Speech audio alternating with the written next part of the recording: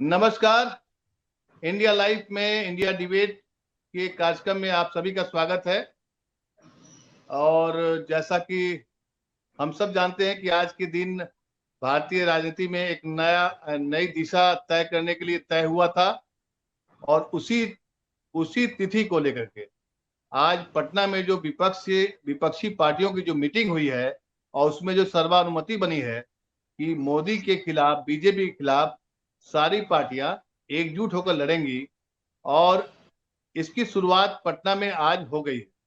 हमारे साथ इसी मुद्दे पर चर्चा करने के लिए वरिष्ठ पत्रकारों का एक पैनल है। हमारे साथ जुड़े हुए हैं पुष्कर सिन्हा जी, वरिष्ठ पत्रकार हैं। स्वागत है पुष्कर जी आपका। और बेंगलुरु से हमेशा की तरह सीमा फैजी जी हैं, वरिष्ठ पत्रकार। आपका भी स्वागत है सीमा। और संजय सिन्हा जी का भी बैकग्राउंड पत्रकारिता का रहा है। फिलहाल वो हाई कोर्ट में और सुप्रीम कोर्ट में वकालत के पेशे से जुड़े हुए हैं। लंबे समय तक पत्रकारिता में साथ रहे हम लोग के। और इंडिया लाइफ से हमारे साथ जुड़े हुए हैं संजय बिष्ट जी। संजय बिष्ट जी आपका भी स्वागत है। सीमा, आज जो जिस चीज का इंतजार था, जो विपक्षी पार्टियों की एकता को लेकर जितना हल्ला हो रहा था, हंगामा हो रहा था, खास करके आज के दिन भी, आज भी अमित शाह जी ने, जेपी नड्डा ने भी जिस तरीके से विपक्ष की एकता को लेकर जो तंज कसे जा रहे थे कि सब सारे ठग्स और जो क्या कहते हैं भ्रष्टाचारी या कैसे एकजुट हो गए हैं लोग। लेकिन तमाम आशंकाओं के बीच आज जो बैठक में जो निष्कर्ष आया है कि साथ करेंगे, आप इसको कैसे देखती हैं, पहले ये बताइए। देखिए, मेरा तो ये मानना है कि विपक्ष का एकजुट होना, जिसको बीजेपी भी कह रही थी, आज अमित शाह जी ने भी कहा कि एक होना मुश्किल है, अगर हो भी गए तो भी जो है आप हरा नहीं पाओगे। तो मुश्किल तो बहुत जरूर था, क्योंकि एक राष्ट्रीय पार्टी है और बाकी रीजनल पार्टीज हैं, तो अपने अपने हित सबके हैं और सब एक ही वोट बैंक को कैटर भी करते हैं, सबका एक ही वोट बैंक है, तो इसीलिए मुश्किल बहुत था। लेकिन मैं इससे एकता का क्रेडिट पूरा का पूरा बीजेपी को देती हूँ। बीजेपी ने देश में ऐसे हालात पैदा कर दिए कि विपक्ष को एकजुट होना पड़ा, चाहे वो दिल्ली का अध्यादेश हो, ममता बनर्जी के भतीजे के ऊपर जिस तरीके से कार्रवाई हो रही है, जिस तरीके से बंगाल में लगातार जो है कोशिश की जा रही है उनको हराने की। ये सब चीजें ऐसी है जो इतने मुश्किल जो सहयोगी थे उनको जोड़ने की। अखिलेश यादव के लिए भी मुश्किल था, कांग्रेस का हाथ थामना, पिछली बार उनका जो एक्सपेरिमेंट था वो ठीक नहीं रहा। तो उन सब के बावजूद भी इस पूरी एकता का श्रेय मैं मानती हूँ कि बीजेपी के ही हाथ में, जो आज आज के दिन काफी परेशान नजर आई। संजय सिन्हा जी, आप ये बताइए, इसके पहले भी ऐसा नहीं है कि गठबंधन की सरकार तो पहले से चल रही है और गठबंधन की सरकार की बदौलत ही आज बीजेपी आज इतनी ऊंचाई पर पहुंची हुई है। लेकिन उसका जो पायदान था वो तो गठबंधन था, विभिन्न पार्टियों का एक संगठन था। लेकिन बीजेपी बार बार जो विपक्ष का जो गठबंधन बन रहा है उसको वार कर रही है और उस पर सवाल खड़ा कर रही है। आपको क्या लगता है कि ये गठबंधन जो आज उसकी नींव पड़ी है, कितना कंटिन्यू कर पाएगा? देखिए, गठबंधन की प्राथमिक तत्व यह है कि कुछ ऐसे समझौते हों, कुछ ऐसे कार्यक्रम बने, एक न्यूनतम साझा कार्यक्रम इन लोगों के बीच बनेगा, तभी जाकर हम आगे बढ़ पाएंगे। और इस दिशा में इन लोगों ने काम करना शुरू किया है। आज मैं पूरा उनका भाषण, मतलब करीब करीब 1 घंटा सारा प्रेस कॉन्फ्रेंस मैंने सुना। जेडीयू का जो ट्विटर हैंडल था उस पर करीब 50 के आसपास था। तो जो पॉलिटिकल बातें निकली उसमें दो चीजें हैं। एक तो जो मल्लिकार्जुन खड़गे साहब ये कह रहे थे कि एक हम कॉमन मिनिमम प्रोग्राम बनाएंगे, वो एक बहुत ही अच्छा काम होता है किसी भी गठबंधन के लिए।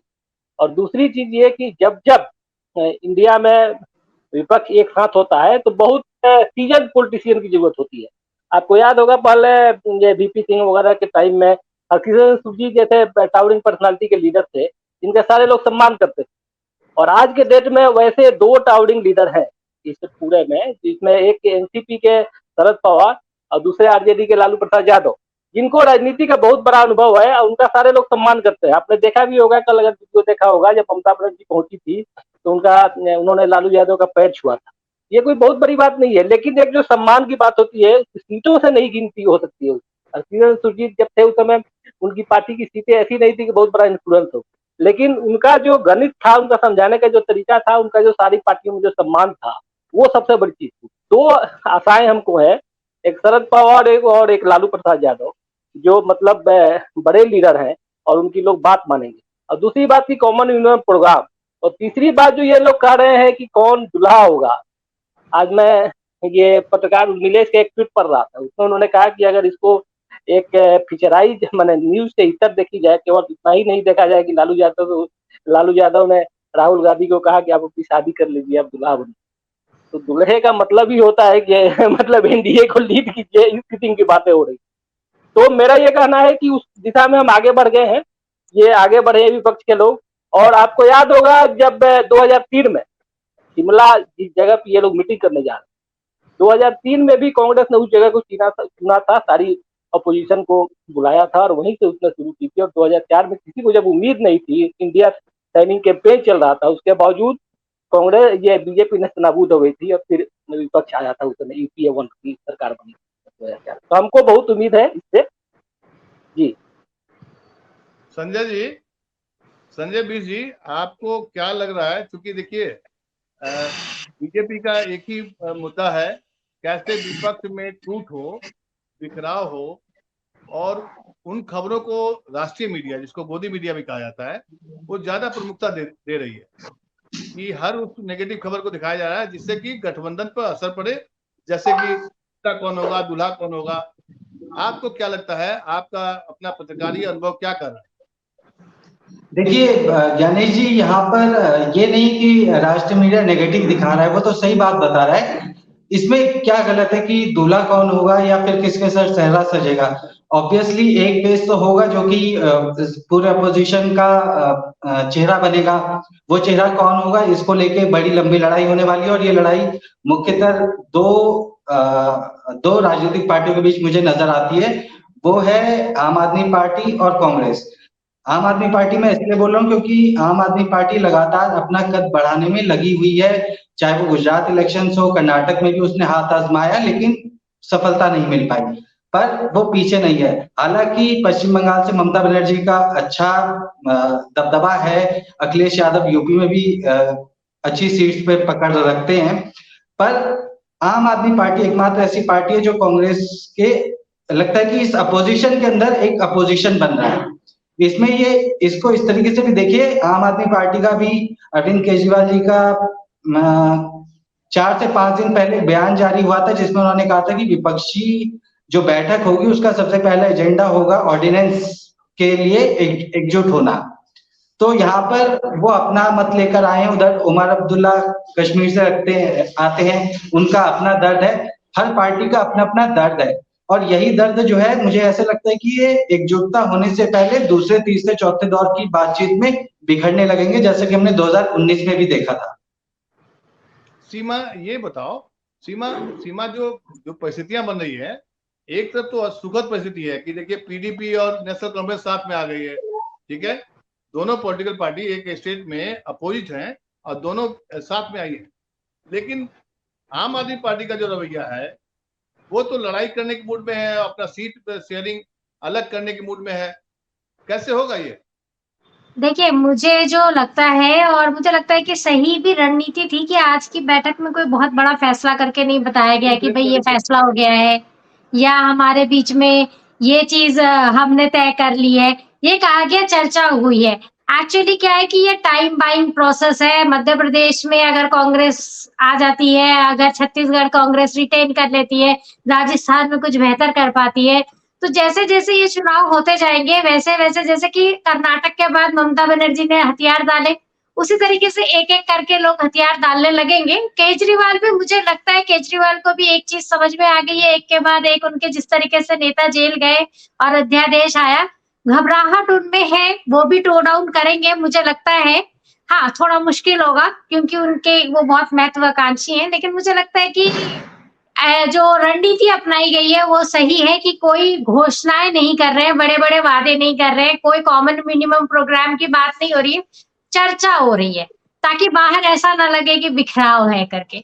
और आप सबसे बड़ी बात देखिए कि राष्ट्रीय मीडिया इस जो मतलब जो सो कॉल्ड गोदी मीडिया इसको इग्नोर मार सकता था, बीजेपी इसको इग्नोर मार सकती थी, लेकिन एक घबराहट है, इस पे चर्चा हो रही है, इसको नेगेटिव दिखाने की कोशिश हो रही है। उस नेगेटिविटी को जो आज बचा लिया, वो बहुत बड़ा अचीवमेंट था इस बैठक का।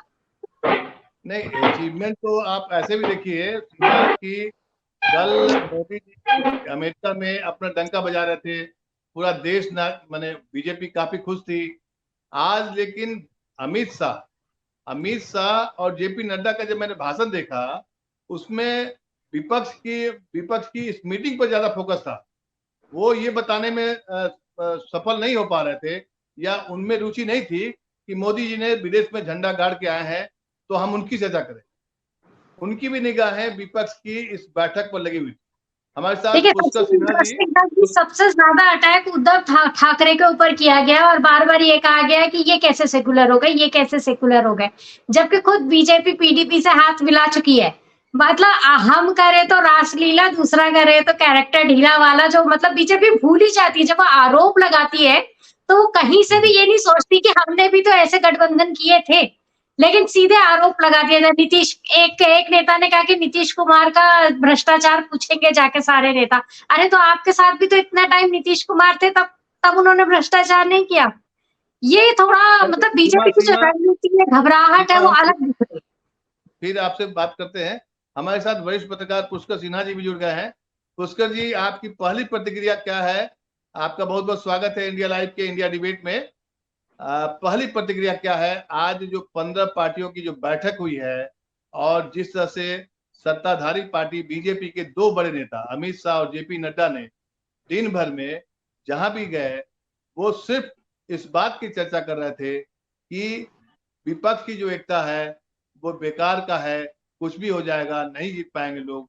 लेकिन वो मोदी जी के अमेरिकी यात्रा को उस तरह से नहीं प्रस्तुत कर पा रहे थे जिस तरह से ज्यादा उनका जोर था, मतलब कि विपक्ष की एकता पर। आपकी पहली प्रतिक्रिया क्या? अमित शाह जी और जेपी नड्डा बिल्कुल सही बोल रहे हैं। ये एक तरह से सीधे कहा जाए, अगर जुमला लिया जाए तो ये चोरों की जमात है। सब पर भ्रष्टाचार के आरोप लगे हुए हैं, सब अपने बचने के चक्कर में है। लालू यादव के पूरे कुनबे को देख लीजिए। अभी हो सकता है मतलब 2-4 महीने में तेजस्वी यादव अंदर हो जाए। वो जो उन्होंने नाबालिग होते हुए इनके पास पता नहीं होटल और क्या क्या हो गया था, जो वो पैसे लिए जाते थे, जो आरोप लगा है इन पर कि नौकरी देने के लिए पैसे लिए जाते थे और उससे होटल वोटल खुल गया। अरविंद केजरीवाल का एक लाइन से शीश महल जो है उनका घर 52 करोड़ का, वहां से लेके नीचे तक, मतलब शराब घोटाले में तो 2 मंत्री अंदर ही हैं। उसके बाद ममता बनर्जी खुद हवाई चप्पल और सादी साड़ी पहनती हैं, मगर उनके जो भतीजे हैं और बाकी लोग उनके मतलब लग रहा है जैसे अब जो आरोप लग रहे हैं वो भी भ्रष्टाचार में डूबे हुए हैं और वो सब मिलकर किसी तरह से बचने की कोशिश कर रहे हैं।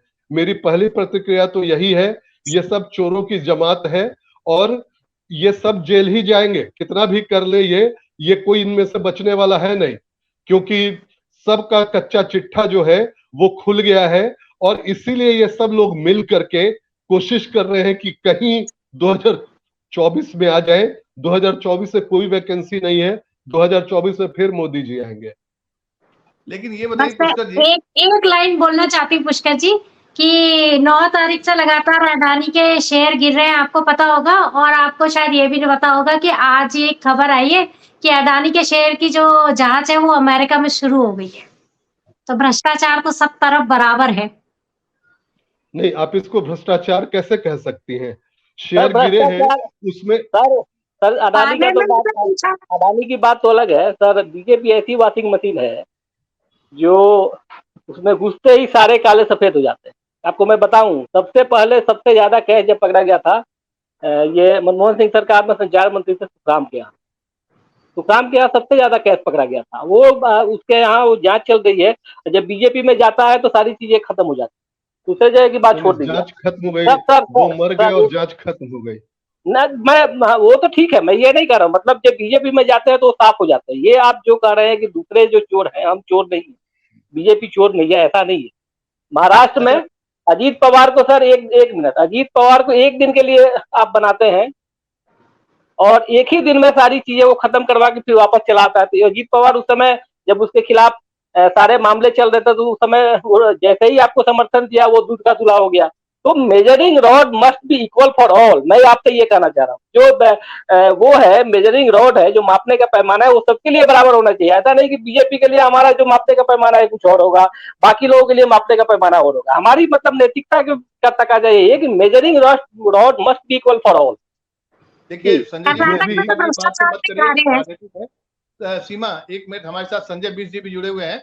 संजय बीस जी, नैतिकता और ये जो 15 पार्टियों का जमावड़ा और जो सत्ताधारी पार्टी है बीजेपी, उसके बड़े नेताओं पर इस मीटिंग को लेकर चर्चा, दिन भर जो कमेंट्स आए हैं, ये बतलाता है, ये दिखला रहा है कि कहीं ना कहीं घबराहट तो है, या कहीं ना कहीं आपकी निगाहें इस पर इसलिए टिकी हुई है ताकि आपको इनसे खतरा है। आपकी पहली प्रतिक्रिया बताइए। देखिए ज्ञानेश जी, आपके सवाल का जवाब देने से पहले मैं संजय जी ने जो बात बोली कि जो बीजेपी में जाता है वो साफ सुथरा हो जाता है।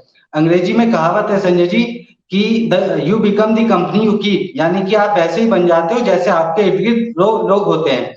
अब अगर आप भ्रष्टाचारियों के बीच में रहेंगे तो भ्रष्टाचारी हो जाएंगे, जब आप साधु संतों की या अच्छे लोगों की संगति में जाएंगे तो आप अच्छे हो जाएंगे। तो अगर बीजेपी में जाकर कोई अच्छा हो जाता है तो इस पे सवाल उठाने की बात क्या है। रही बात ज्ञानेश जी जो आपका सवाल था उसमें, ठीक है, आज 15 बड़ी देश की बड़ी पार्टियां इकट्ठा हुई पटना में, राइट।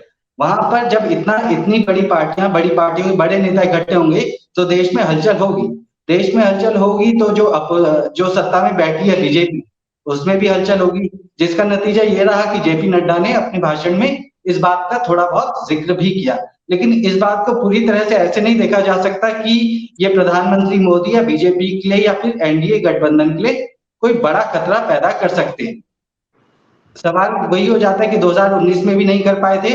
दूसरा ये कि बीजेपी की तरफ जब हम देखते हैं या एनडीए गठबंधन की तरफ जब हम देखते हैं तो वो कहते हैं कि हमारा एक चेहरा है जो है प्रधानमंत्री नरेंद्र मोदी।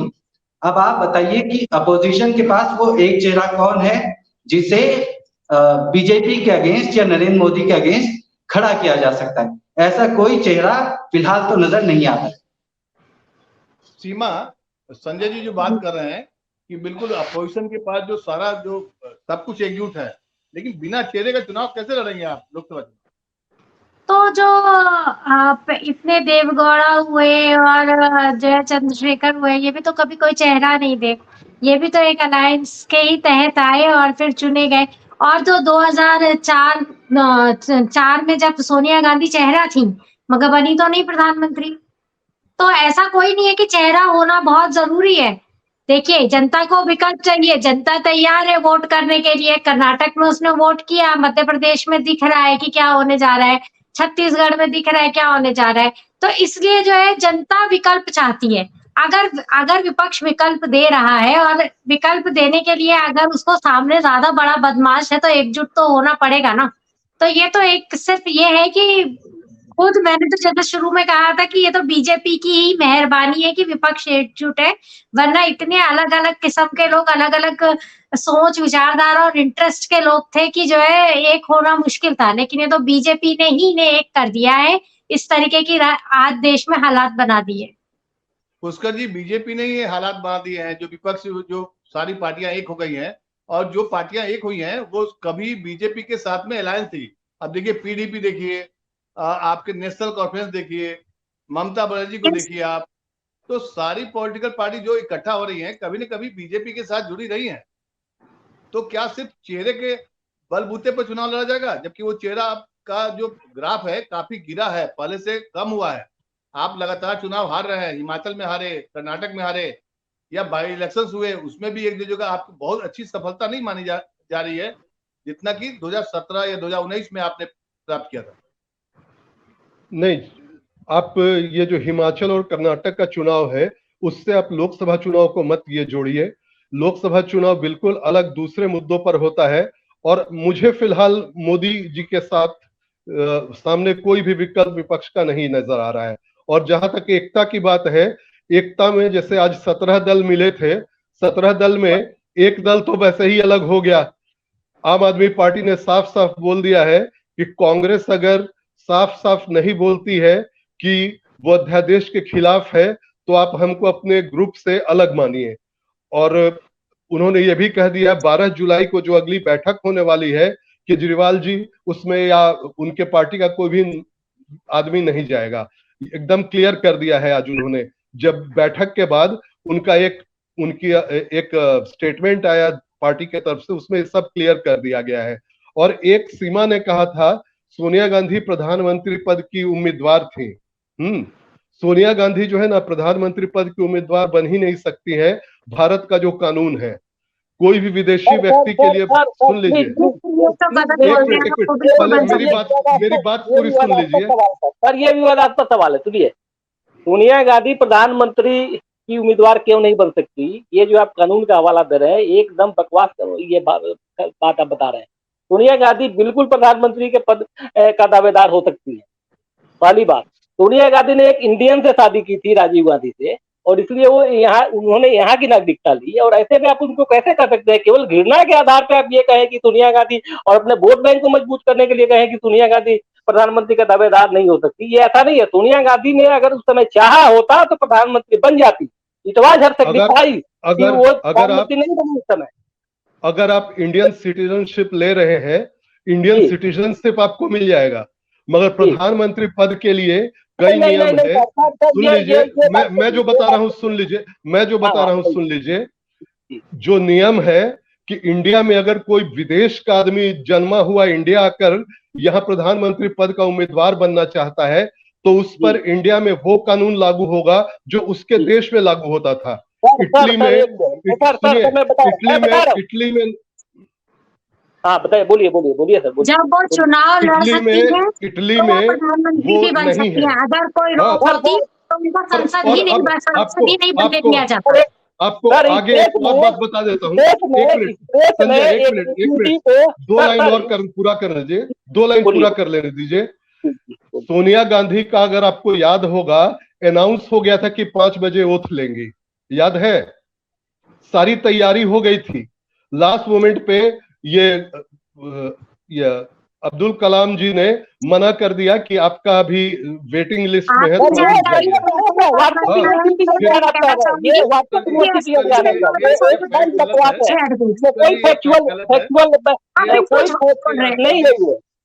सर एक बात और, ज्ञानेश जी एक लाइन का जवाब है। पुष्कर जी देखिए, विदेशी मूल का मुद्दा यहाँ अभी टॉपिक है नहीं, लेकिन मैं आपको बताऊं अगर सांसद बन सकती है तो प्रधानमंत्री पद का कोई इलेक्शन नहीं होता है। नहीं बन।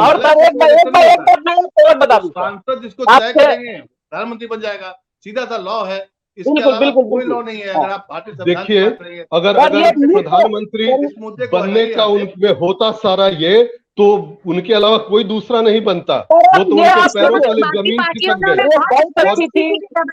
दिखाने लगे कि हमने बहुत कमाल कर दिया, सब कुछ छोड़ दिया। जब देखा कि मैं बन ही नहीं सकती तब दिखाने लगे।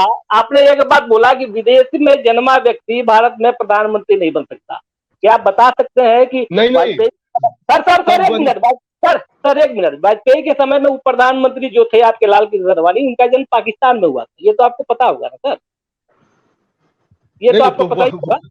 नहीं, ये आपको ये बता देता है पूरा इंडिया एक था, पूरा इंडिया एक था। नहीं, अभी क्या इंडिया अलग है क्या? टॉपिक ये नहीं है। आप ये बताइए पुष्कर जी, सीधा ये बताइए, जो पॉलिटिकल पार्टी आज इकट्ठा हो रही है, उसके इकट्ठा होने के पीछे कारण क्या है?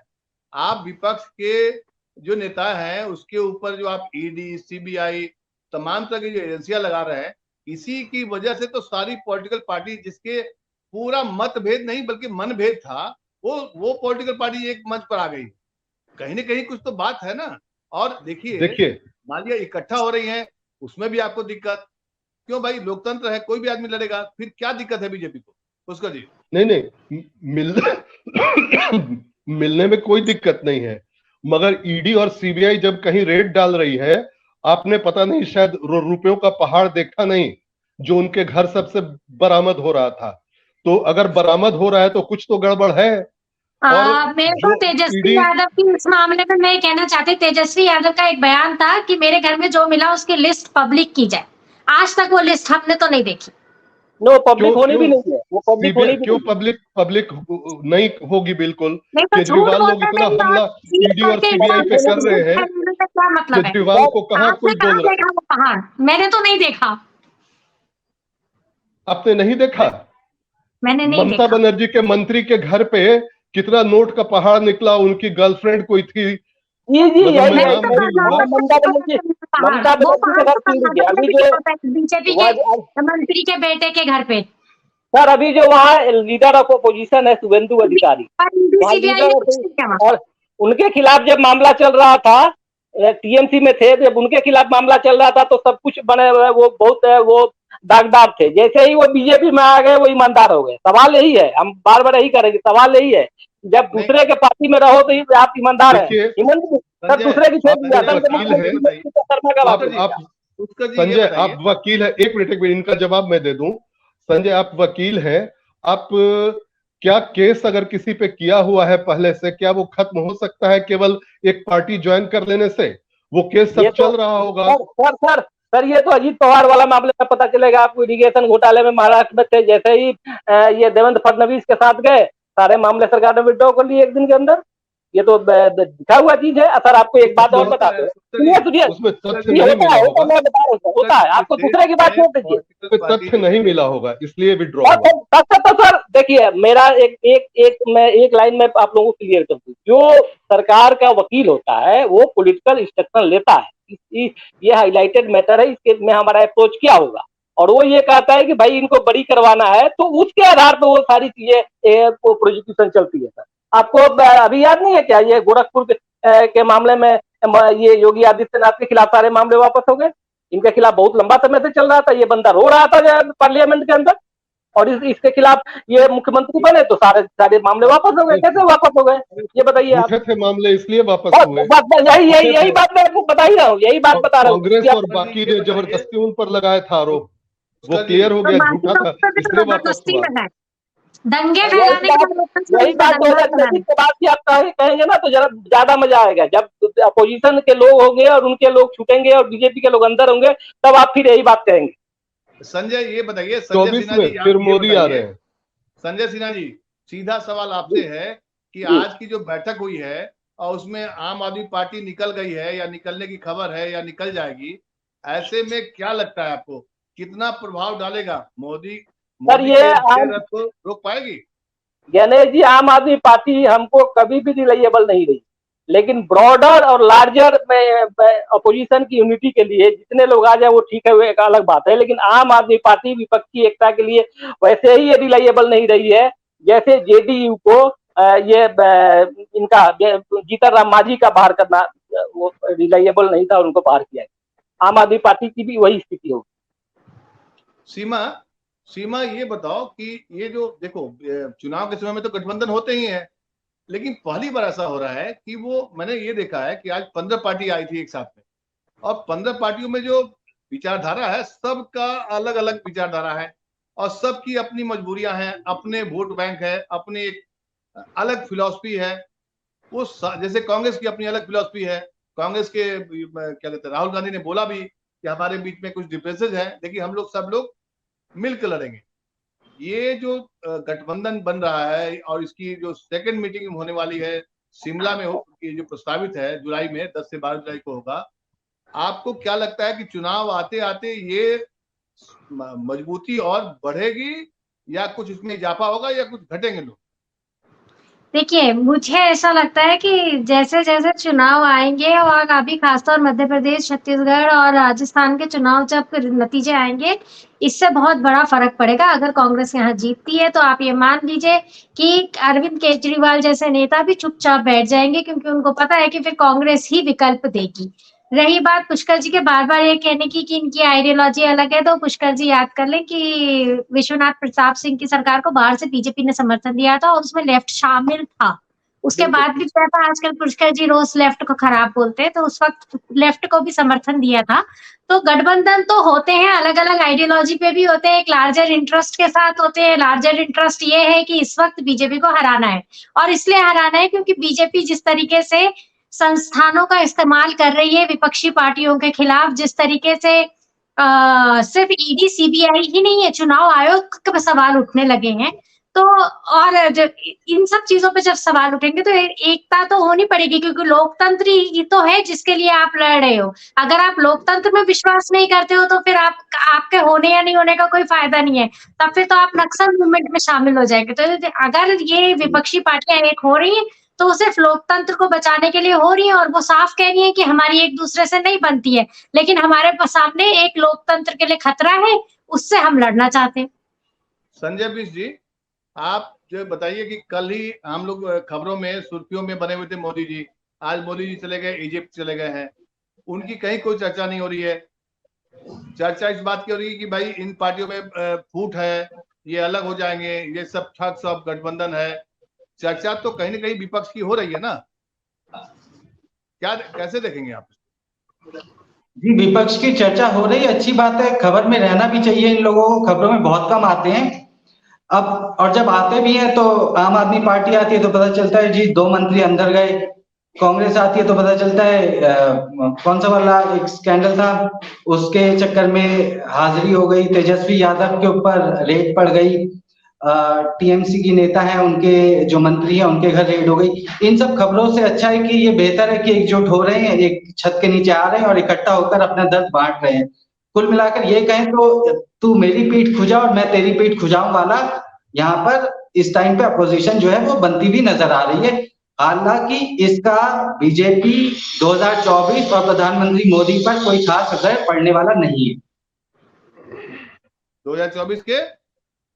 2024 प्रधानमंत्री मोदी और बीजेपी पर इस अपोजिशन का जो ये बन रहा है, इनका कुछ खास असर बनता दिखाई नहीं पड़ रहा है। हाँ, ये हो सकता है कि जो छोटे छोटे गुट हैं, जैसे कि आम आदमी पार्टी अलग हो जाए, आम आदमी पार्टी ममता बनर्जी के साथ चली जाए, अखिलेश यादव राहुल गांधी का दर्द देख चुके हैं, उनके साथ उनकी कैसी पटी है हमने 2019 में देखा था, तो वो अलग हो जाएंगे। टीएमसी से ममता बनर्जी क्योंकि खुद कांग्रेस से टूट के गई हैं तो उनकी विचारधारा बिल्कुल अलग होगी। तो ये जो अभी 15 दल हमें दिखे मोटे मोटे, ये हो सकता है कि 3 से 5 में बट जाएंगे।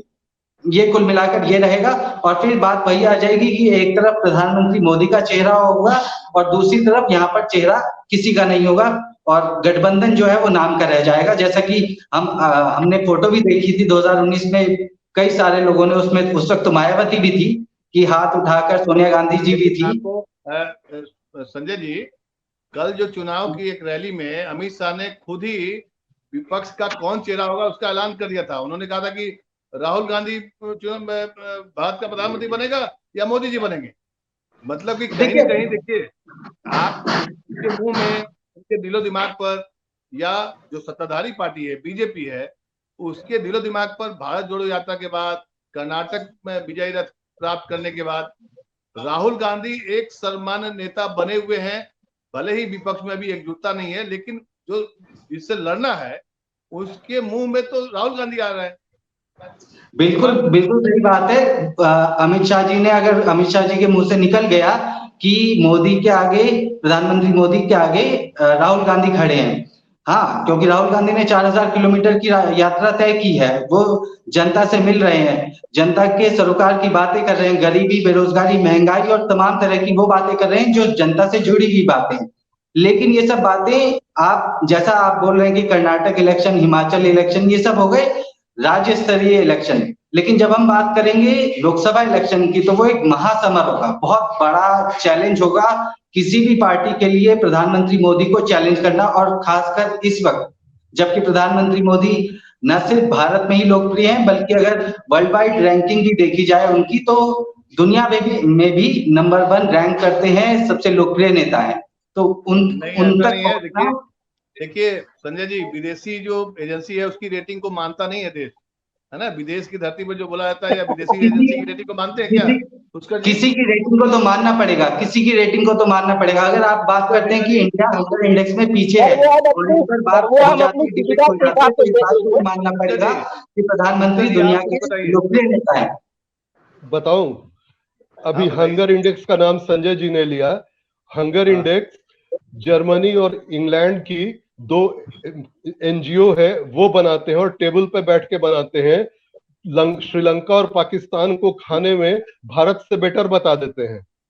आपको याद होगा अभी अभी जो आया था वो, मतलब किसी इसका नहीं होता, वो मिशनरी है जिनका मेन काम है लोगों को ये ईसाई बनाना, वो लोग बनाते हैं हंगर इंडेक्स। तो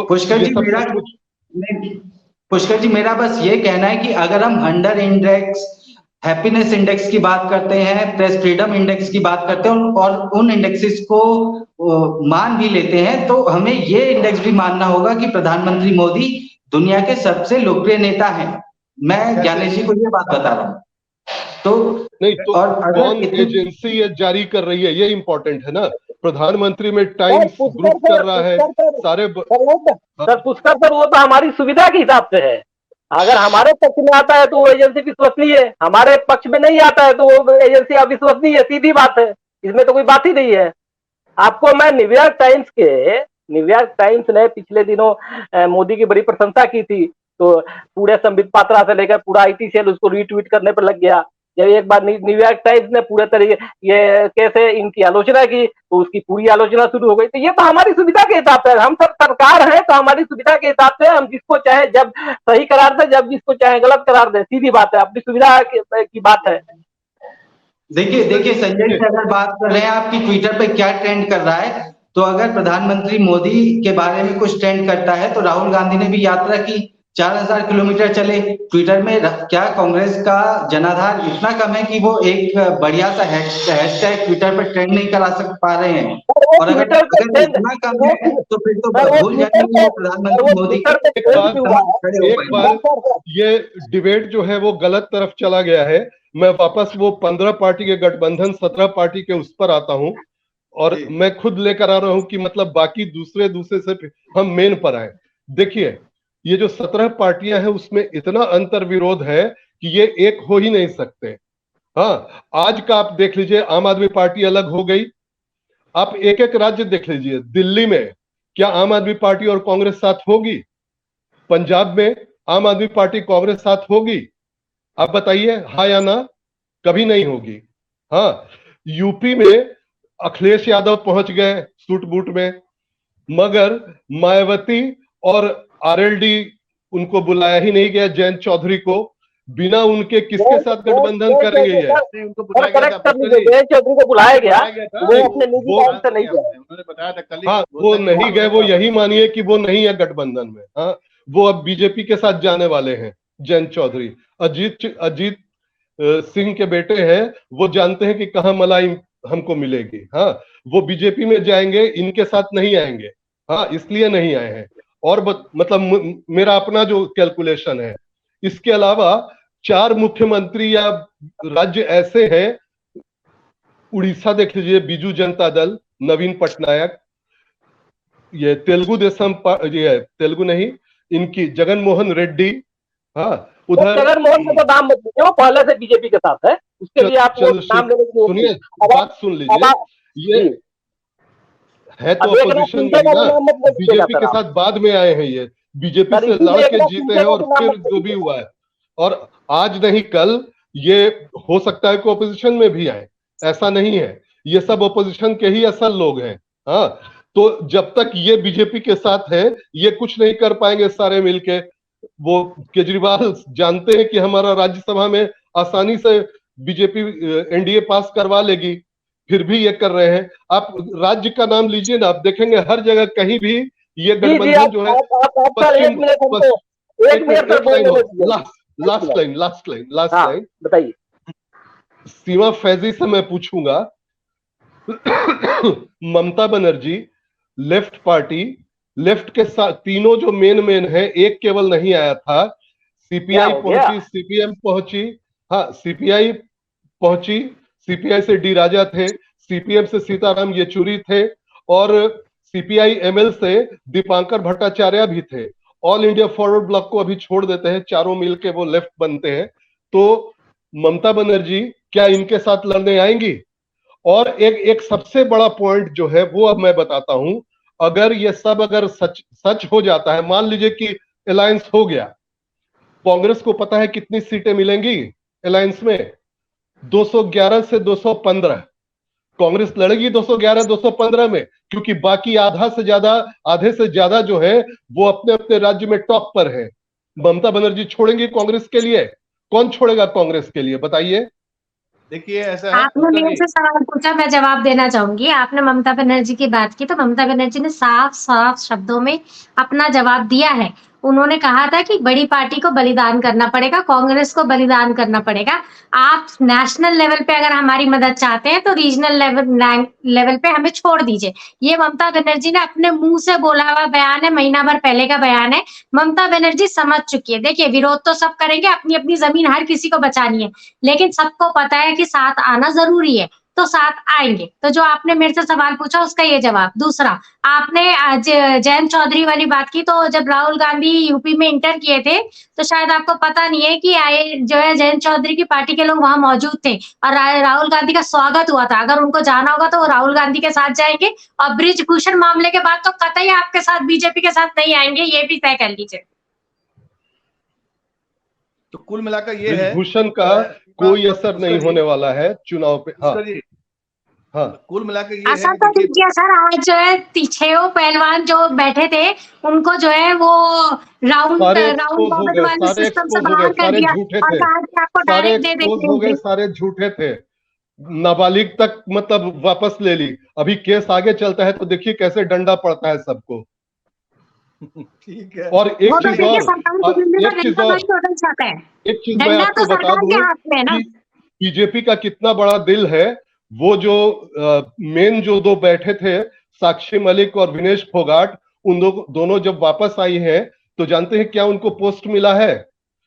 उनका जो लेवल है रेलवेज में, उनका जो उस लेवल पे जो बेस्ट पोस्ट होता है, दोनों को बड़ौदा हाउस में ऑफिसर बनाया गया है, ओएसडी, जहां एकदम इंडिया गेट के बाद एकदम टॉप का जो सबसे बढ़िया वाला जो जॉब होता है वो मिला है। तो बार्गेन कर लिया ना केंद्र सरकार ने, इसको इस आंदोलन को मैंने एक तरह से बार्गेन करके, समझौता करके इसको खत्म कर दिया। आप इसको इस रूप में भी बोल सकते हैं। नहीं, समझौता कैसे? वो समझ गई थी कि हम लोग अंदर जाएंगे, सारा झूठ पकड़ा जा रहा है। आज उसके बाद भी तो विनेश फोगाट ने आज फिर लेटर लिख दिया है। उसने कहा कि योगेश्वर दत्त की हंसी आज भी मुझे चुभ रही है। ये बता दिया कि क्या क्या हुआ था उस कमेटी की बैठक में। तो वो झुक के तो नहीं आए हैं, आप झुक गए हैं। अब आप अपने झुकने को बड़ा दिल बोलिए तो जनता समझ लेगी। आप बोलने को कुछ भी बोल सकते हैं। केस को आगे बढ़ने दीजिए, देखिए क्या हाल होता है सबका। पुष्कर जी, दिल तो बड़ा है इस देश की जनता का, जो कभी बीजेपी को जिताती है, कभी कांग्रेस को, कभी आम आदमी पार्टी को। तो सबसे बड़ा दिल तो इस देश की जनता का है, इसमें कोई दो राय नहीं। अब लोकतंत्र है और इसी लोकतंत्र का डंका कल अमेरिकी संसद में भी देखने को मिला, जब प्रधानमंत्री वहां पर बोल रहे थे भारत के बारे में, यानी कि इस देश की जनता के बारे में। तो दिल किस जनता का बड़ा है। पॉलिटिकल पार्टी तो बहुत छोटे दिल से काम करती है। जब आपकी सत्ता में होती है तो वो कुछ और अलग बात करते हैं, आज जब वो विपक्ष में होते हैं तो दूसरी बात करते हैं। तो पॉलिटिकल पार्टी की बात छोड़ दीजिए। अब देखने वाली बात यह है, क्योंकि चर्चा बहुत लंबी हो चुकी है और पुष्कर जी आपने कहा कि ये लोग कुछ नहीं कर पाएंगे। देखिए समय है, समय सबसे बड़ा बलवान है और लोकतंत्र में कोई अजेय नहीं होता, कोई मतलब ऐसा कोई व्यक्ति नहीं होता है जिसको पराजित नहीं कर सकते।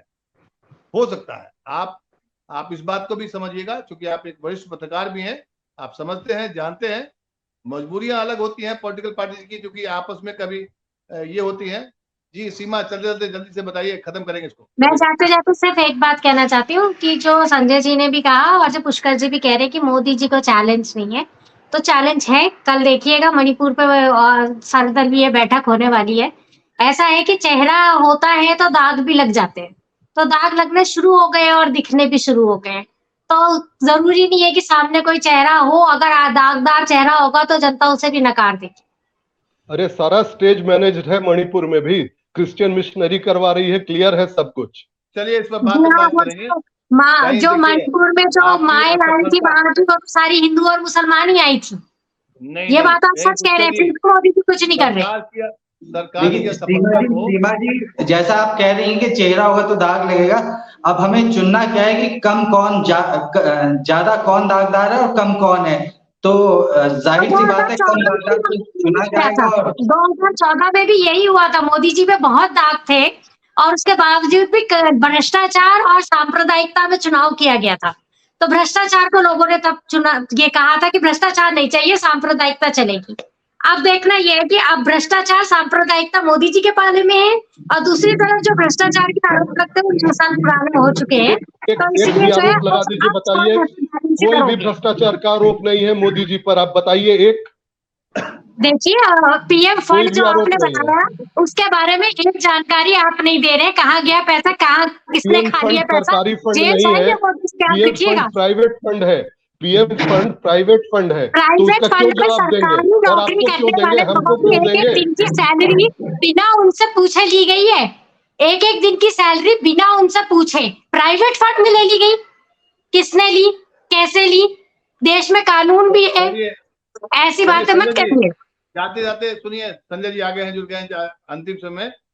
संजय जी ये बताइए, ये जो विपक्ष की जो मीटिंग हुई है आज, जो बैठक हुई, 15 पार्टियों ने जो उसमें पार्टिसिपेट किया, मोदी को चुनौती दे पाने की स्थिति में है विपक्ष इस वक्त? एक लाइन में बताइए। जी बिल्कुल मोदी को चुनौती देने की स्थिति में है, और वो इस वजह से स्थिति में है कि अगर आप देखेंगे कि बीजेपी को सीटें कहाँ से मिलेंगी, तो ये जितने दल इकट्ठे हुए हैं वो लोग, उनके प्रभाव वाले जितने इलाके हैं उसमें 350 लोकसभा की सीटें आती हैं, और 2019 में केवल 160 सीटों पे बीजेपी जीत पाई थी। ये इस चीज पे गौर करने की जरूरत है। तो ठीक है, 190 जो सीटें हैं, 190 जो सीटें हैं उस पे अपोजिशन ऑलरेडी वहां पे है, और इसलिए केवल यूपी और इसलिए जो छत्तीसगढ़, मध्य प्रदेश और राजस्थान, यही 4 जो राज्य हैं वो बीजेपी के लिए एक मतलब ज्यादा आशा की चीज है। नहीं तो साउथ में आप खत्म है, बिहार में खत्म है, बंगाल में खत्म है, उड़ीसा में क्या होगा ये अभी नहीं कहा जा सकता। तो आप केवल यूपी, राजस्थान, मध्य प्रदेश और छत्तीसगढ़, ये आपकी बीजेपी की बड़ी आशा है, और इसलिए हमको लग रहा है कि ये जो गठबंधन है जरूर मतलब इनको चुनौती देने की चर्चा करेंगे। अरिथमेटिक पे नहीं कुछ होता है, ये सब सारा कोई पार्टी, कोई गठबंधन जो है किसी को चुनौती देने की ताकत तब तक नहीं रखता जब तक जनता नहीं चाहती। इस बार जनता चाहती है, बेरोजगारी मुद्दा है, महंगाई मुद्दा है, इसीलिए जनता चाहती है विकल्प, और विकल्प बन रहा है। तो विकल्प कोई पार्टियां नहीं दे रही है, जनता की चाहत के लिए सबको एक साथ आना पड़ रहा है।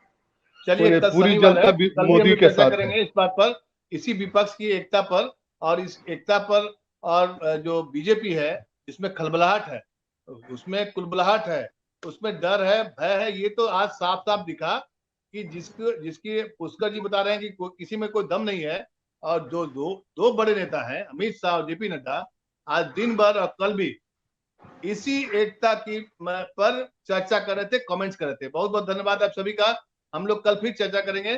संजय जी आप सभी का धन्यवाद, पुष्कर जी बहुत बहुत धन्यवाद, अच्छा लगा। संजय जी, ज्ञानेश जी एक बात जाते जाते, आपने अभी कहा कि क्या मोदी जी का विकल्प है, अगर विकल्प की बात होती तो आप ऐसे बोलते कि बीजेपी के सामने क्या कोई पार्टी है, या एनडीए के सामने क्या कोई गठबंधन है, लेकिन आप मोदी जी का नाम ले रहे हैं। समझिए वो शख्सियत अपने आप में कितनी बड़ी है, जिसके लिए 15 पार्टियां इकट्ठी होकर 15 जगह पे 15 मीटिंग भी कर लेंगी, तब भी कुछ नहीं हो पाएगा।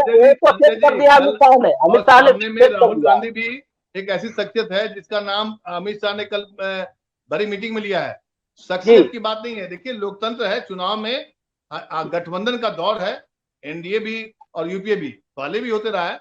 आप सभी का धन्यवाद, बहुत बहुत धन्यवाद।